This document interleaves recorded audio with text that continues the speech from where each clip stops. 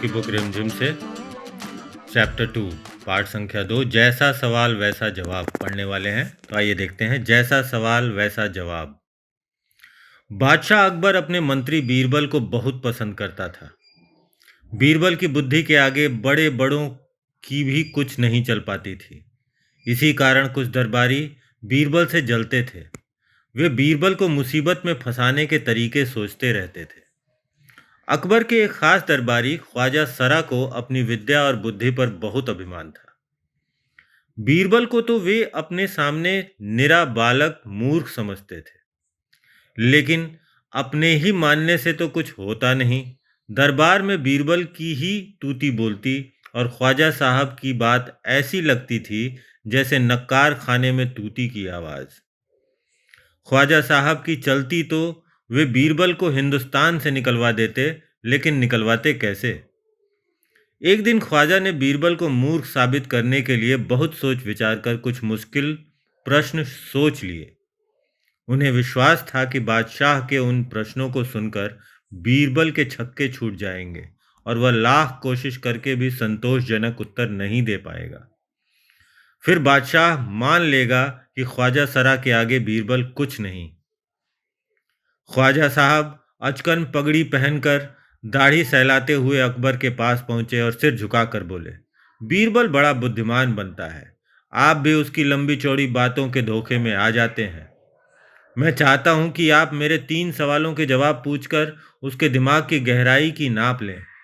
उस नकली अक्ल बहादुर की कलई खुल जाएगी।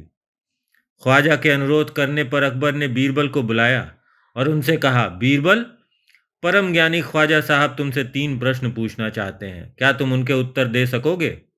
बीरबल बोले, जहां पनाह जरूर दूंगा, खुशी से पूछें।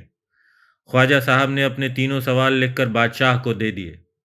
अकबर ने बीरबल से ख्वाजा का पहला प्रश्न पूछा, संसार का केंद्र कहाँ है?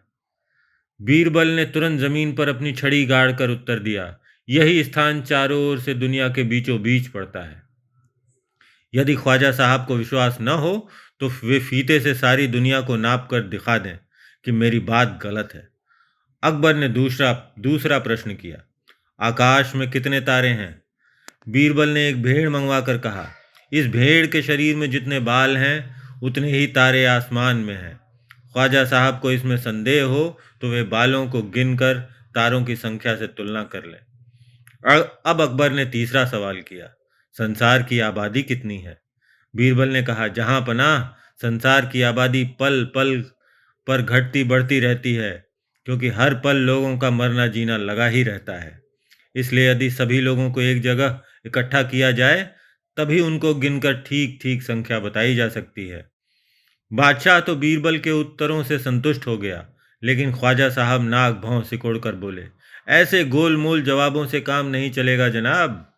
बीरबल बोले, ऐसे सवालों के ऐसे ही जवाब होते हैं, पहले मेरे जवाबों को गलत साबित कीजिए तब आगे बढ़िए। ख्वाजा साहब से फिर कुछ बोलते नहीं बना। ये काफ़ी मज़ेदार कहानी है बीरबल की, ये आपने पढ़ी। जैसा सवाल वैसा जवाब। Thank you.